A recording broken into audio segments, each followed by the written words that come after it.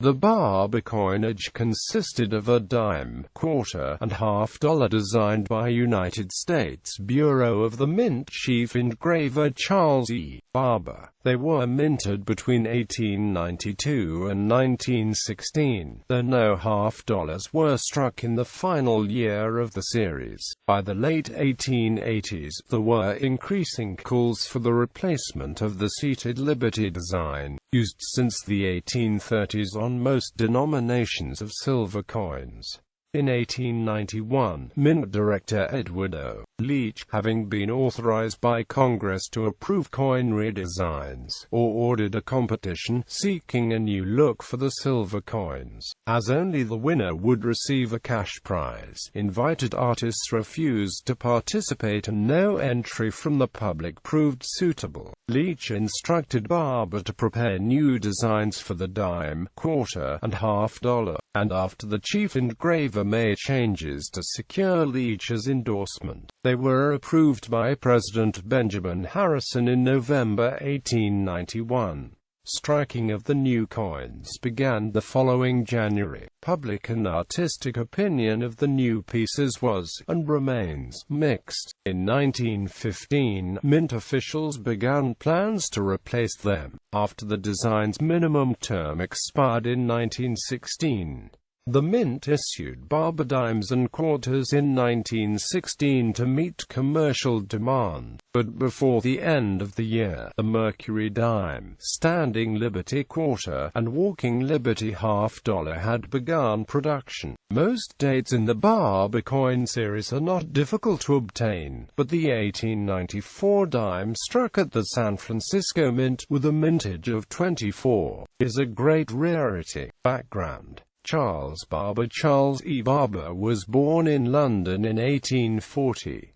His grandfather, John Barber, led the family to America in the early 1850s. Both John and his son William were engravers, and Charles followed in the footsteps. The Barber family initially lived in Boston upon their arrival to the United States, though they later moved to Providence to allow William to work for the Gorham Manufacturing Company. William Barber's skills came to the attention of Mint chief engraver James B. Longacre, who hired him as an assistant engraver in 1865. When Longacre died in 1869, William Barber became chief engraver and Charles was hired as an assistant engraver. William Barber died August 31, 1879 of an illness contracted after swimming at Atlantic City, New Jersey. His son applied for the position of chief engraver, as did George T. Morgan, another British-born engraver hired by the Mint. In early December 1879, Treasury Secretary John Sherman, Mint Director Horatio Burchard, and Philadelphia Mint Superintendent A. Loudon Snowden met to determine the issue. They decided to recommend the appointment of Barber, who was subsequently nominated by President Rutherford B. Hayes, and in February 1880 was confirmed by the Senate. Barber would serve 9 presidents in the position, remaining until his death in 1917, when Morgan would succeed him. Coinage redesign was being considered during Barber's early years as chief engraver. Superintendent Snowden believed that the base metal coins then being struck should have uniform designs, as did many of the silver pieces, and also some gold coins.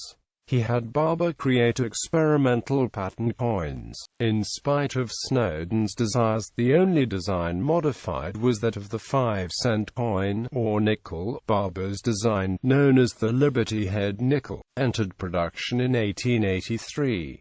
The new coin had its denomination designated by a Roman numeral V on the reverse. The 3-cent coin had always had A3 to designate its denomination. Enterprising fraudsters soon realized that the nickel and half eagle were close in size, and platted the base metal coins to pass to the unwary. Amid public ridicule of the Mint, production came to a halt until Barber hastily added the word cents to the reverse of his design. Movement towards redesign for much of the second half of the 19th century. Most U.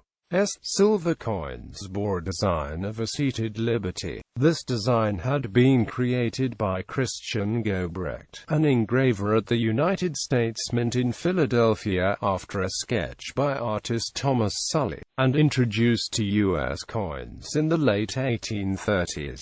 The design reflected an English influence, and as artistic tastes changed over time, was increasingly disliked in the United States. In 1876, the Galaxy magazine said of the then current silver coins, "Why is it we have the ugliest money of all civilized nations? The design is poor, commonplace, tasteless, characterless, and the execution is like thereunto. They have rather the appearance of tokens and mean medals." One reason for this is that the design is so inartistic, and so insignificant, that a young woman sitting on nothing in particular, wearing nothing to speak of, looking over her shoulder at nothing imaginable, and bearing in her left hand something that looks like a broomstick with a woolen nightcap on it. What is she doing there? Public dissatisfaction with the newly issued Morgan dollar led the mint's engravers to submit designs for the smaller silver coins in 1879.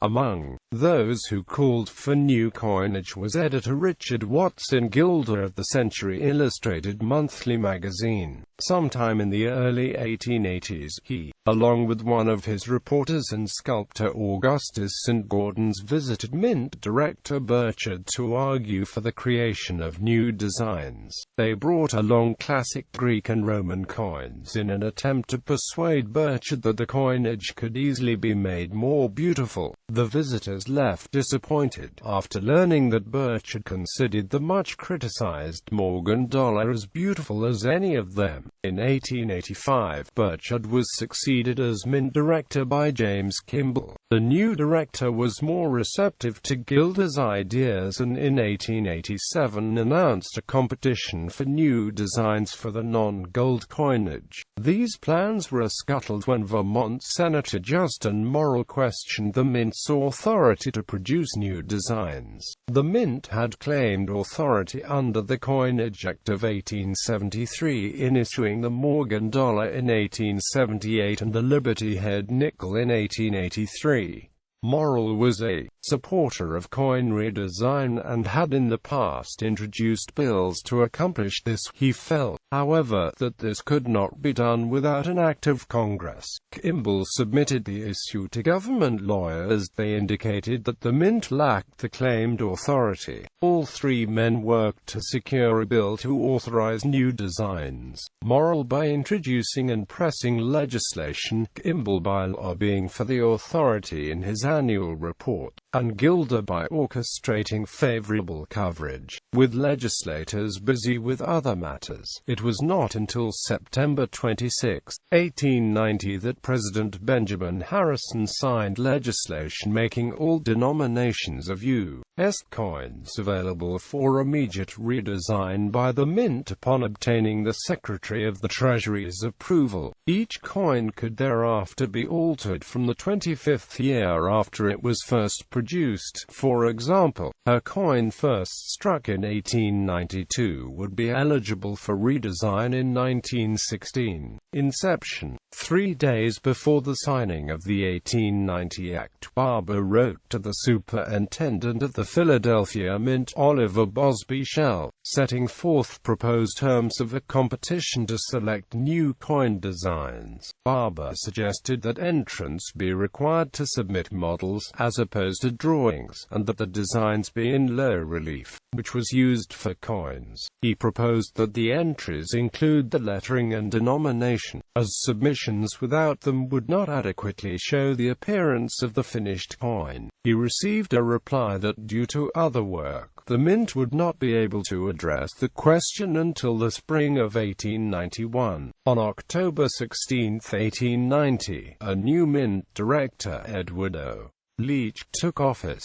Leach, aged 38 at the time, had spent his career at the Bureau of the Mint, and was an enthusiastic supporter of redesign. He took the precaution of obtaining recommendations from Barber as to suitable outside artists who might participate in a competition. Since most of the proposed artists were New York-based, Andrew Mason, superintendent at the New York Assay Office, was given the task of finalizing the list of invitees. Leading Mason's list of 10 names was that of St. Gaudens. Mason sent Leach the recommendations on April 3, 1891. The following day, the Mint director announced the competition open to the public, but he specifically invited the 10 artists named by Mason to participate. Besides St. Gaudens, artists asked to compete included Daniel Chester French, Herbert Adams, and Kenyon Cox. Although Barber had warned the director that reputable artists would likely not enter a contest in which only the winner received compensation, Leach offered a $500 prize to the winner, and no payments to anyone else. He sought new designs for both sides of the dollar, and for the obverses of the half-dollar, quarter, and dime. Leach was content to let the reverses of the seated Liberty coins continue. By law, an eagle had to appear on the quarter and half-dollar, but could not appear on the dime. Most of the artists conferred in New York and responded in a joint letter that they would be willing to participate, but not on the terms set. They proposed a competition with set fees for sketches and designs submitted by the invited artists to be judged by a jury of the peers, and with the Mint committed to replace the seated Liberty coins with the result. They also insisted that the same artist create both sides of a given coin, and that more time be given to allow the development of designs. Leach was unable to meet these terms, as there was only enough money available for the single prize. In addition to inviting the 10 artists, he had sent thousands of solicitations through the country. A number of designs were submitted in response to the circulars. To judge the submissions, he appointed a jury consisting of St. Gaudens, Barber, and Henry Mitchell, a Boston seal engraver and member of the 1890 Assay Commission. The committee met in June 1891 and quickly rejected all entries. Leach was quoted in the press regarding the result of the contest. "It is not likely that another competition will ever be tried for the production of designs for United States coins. The one just ended was too wretched a failure. The result is not very flattering to the boasted artistic development of this country, inasmuch as only 2 of the 300 suggestions submitted were good enough to receive honorable mention." Barber wrote years later about the competition. "Many were sent in, but Mr. St. Gaudens, who was appointed one of the committee to pass upon designs, objected to everything submitted." Numismatic historian Roger Burdett explained the artistic differences between the 2 men. "It is likely they were so far apart in their artistic understanding that neither listened to what the other had to say." Barber was from the English trades apprentice approach, where engraving and die-sinking were crafts closely aligned to other metal workers such as machine tool makers. His father and grandfather were both engravers. St. Gaudens was a classically trained sculptor who began his career as an apprentice cameo cutter in New York, later moving to Paris and Rome for extensive training while perfecting his artistry. Barber generally worked in small, circular formats. A 3-inch medal was a large size for his sculptures. St. Gaudens was uncomfortable with small medals and typically designed life-size or larger figures. The 1891 competition turned the 2 against each other for the rest of their lives. Preparation. Frustrated at the competition's outcome, Leach on June 11, 1891 instructed Barber to prepare designs for the half-dollar, quarter, and dime. As the Morgan dollar was then being heavily struck, the mint director decided to leave that design unknotted for the time being. For the obverse of the new coins, Leach suggested a depiction of liberty similar to that on the French coins of the period. He was content that the current reverses be continued. Leach had previously suggested to Barber that he engage outside help if the work was to be done at the mint. The chief engraver replied that he was aware of no one who could be of help in the preparation of new designs. Leach had spoken with St. Gordon's on the same subject. The sculptor stated that only 4 men in the world were capable of executing high-quality coin designs. 3 lived in France and he was the 4th. Leach announced the decision to have Barber do the work in July, stating that he had instructed the engraver to prepare designs for presentation to Secretary of the Treasury Charles Foster. In a letter printed in the New York Tribune, Gilder expressed disappointment that the mint was planning to generate the new designs in-house, feeling that the mint, essentially a factory for coins, was ill-equipped to generate artistic coin designs. Due to Gilder's prominence in the coinage redesign movement, Leach felt the need to respond personally, which he did in early August. He told Gilder that artistic designs for coins that would meet the ideas of an art critic like yourself, and artists generally, are not always adapted for practical coining. He assured Gilder that the designs which Barber had already prepared had met with the approval of Mitchell, though Leach himself had some improvements to suggest to the chief engraver. Barber's first attempt, modeled for the $half, disregarded Leach's instructions. Instead of a design based on French coinage, it depicted a standing figure of Columbia, bearing a pileus atop a liberty pole. An eagle spreading its wings stands behind her. The reverse utilized the heraldic eagle from the Great Seal of the United States, enclosed inside a thick oak wreath, with the required legends surrounding the rim. Leach rejected the design, and Barber submitted a revised obverse in mid-September with a head of liberty similar to that on the adopted coin. Leach got feedback from friends and from Secretary Foster on September 28. He wrote Barber that Liberty's lips were rather voluptuous and directed him to prepare or reverse without the wreath. Barber did so, and pattern coins based on the revised design were struck.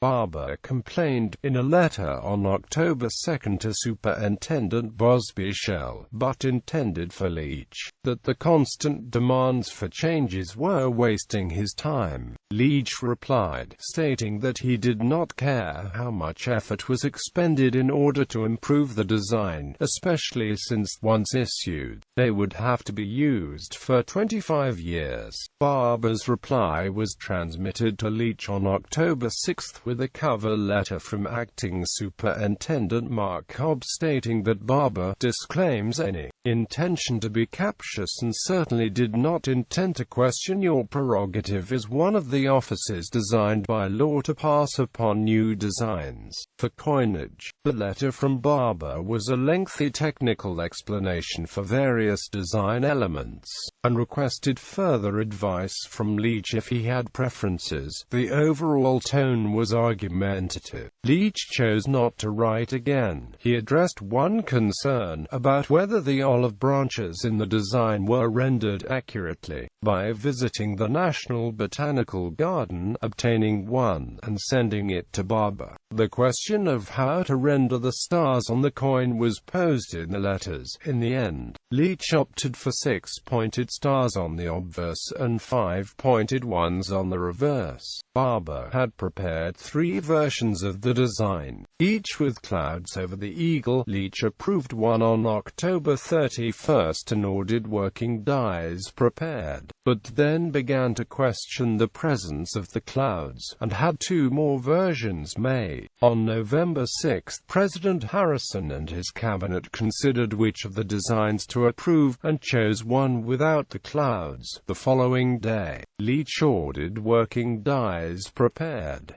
Barber scaled down his design for the quarter and dime. While the cabinet approved the designs, members requested that the mint embolden the words "Liberty" on the obverse and "E Pluribus Unum" on the reverse, believing that these legends would wear away in circulation. Despite the resulting changes, this proved to be accurate, for the reverse of the dime, on which by law an eagle could not appear, a slight modification of the reverse of the seated Liberty dime was used, with a wreath of foliage and produce surrounding the words "1 dime." It is uncertain when pattern dimes and quarters were struck, but this was most likely in mid-November 1891.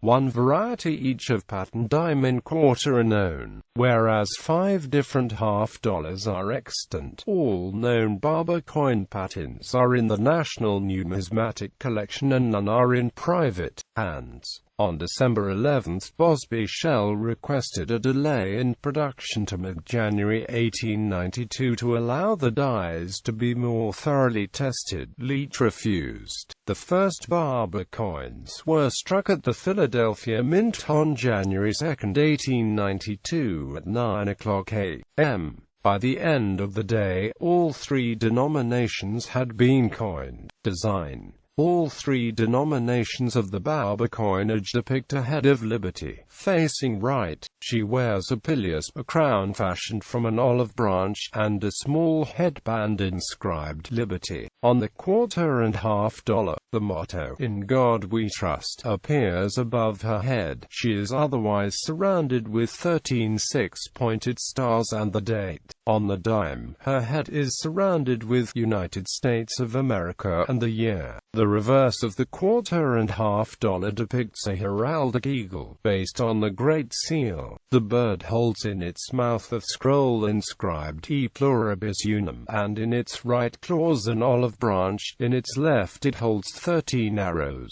Above the eagle are 13 5-pointed stars. It is surrounded by the name of the country and by the coin's denomination. The reverse of the dime depicts a wreath of corn, wheat, maple and oak leaves surrounding the words "1 dime." Barber's monogram B is on the cut-off of Liberty's neck. The mint mark on the dime is placed beneath the wreath on the reverse and beneath the eagle on the larger denominations. Barber's head of Liberty is purely classical, and is rendered in the Roman style. The head is modeled after the French series silver coinage of the late 19th century, but bears a resemblance to Morgan's design for the silver dollar. This did not escape numismatist Walter Breen in his comprehensive guide to U.S. coins. Barber must have been feeling unusually lazy.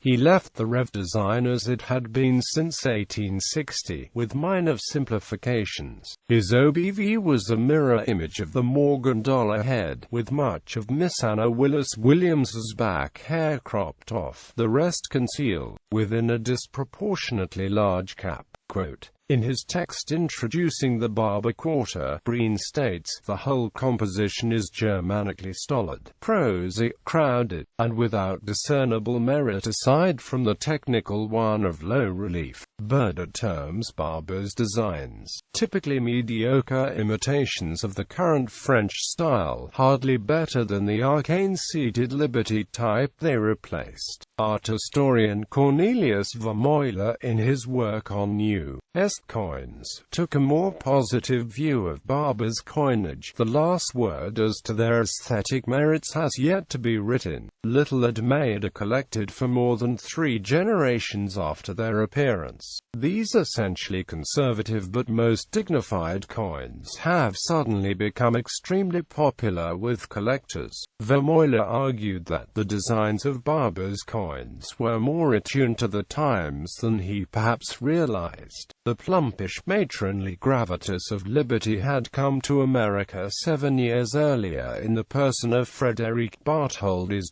giant statue. He suggested that the features of Daniel Chester French's huge statue Republic, created for the World Columbian Exposition, were absolutely in harmony with what Charles Barber had created for the coinage in the year of the fair's opening reception. Leach released the new designs to the press about November 10, 1891. According to numismatist David Longy, the new coinage received mixed reviews. While the general press and public seemed satisfied with the new dime, quarter dollar, and half dollar, numismatists were either mildly disappointed with the new coins or remained silent on the matter. Moran records a number of unfavorable reviews, without listing any favorable ones. Vermeulen stated that the initial comment on the new coinage concerned the novelty of a contest, its failure, and the inevitable result that the commission would go, as always, to the chief engraver and his staff. George Heath, editor of the Numismatist, discussed the new pieces. The mechanical work is all that could be desired, and it is probable that owing to the conventional rut in which our mint authorities seem obliged to keep, this is the best that could be done. W.T.R. Martin wrote in the American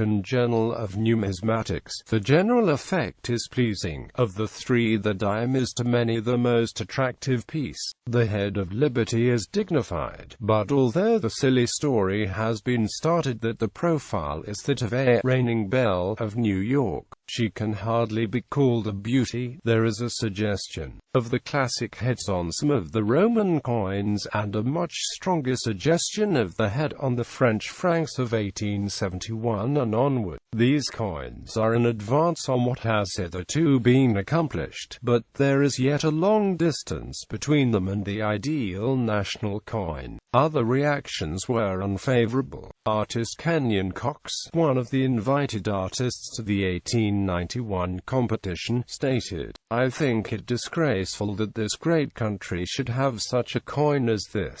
Harper's Weekly proclaimed the mountain had labored and brought forth a mouse. St. Gordon's was also interviewed, and as author Moran put it, injudiciously ranted, "This is inept. This looks like it had been designed by a young lady of 16, a miss who had taken only a few lessons in modeling. It is beneath criticism.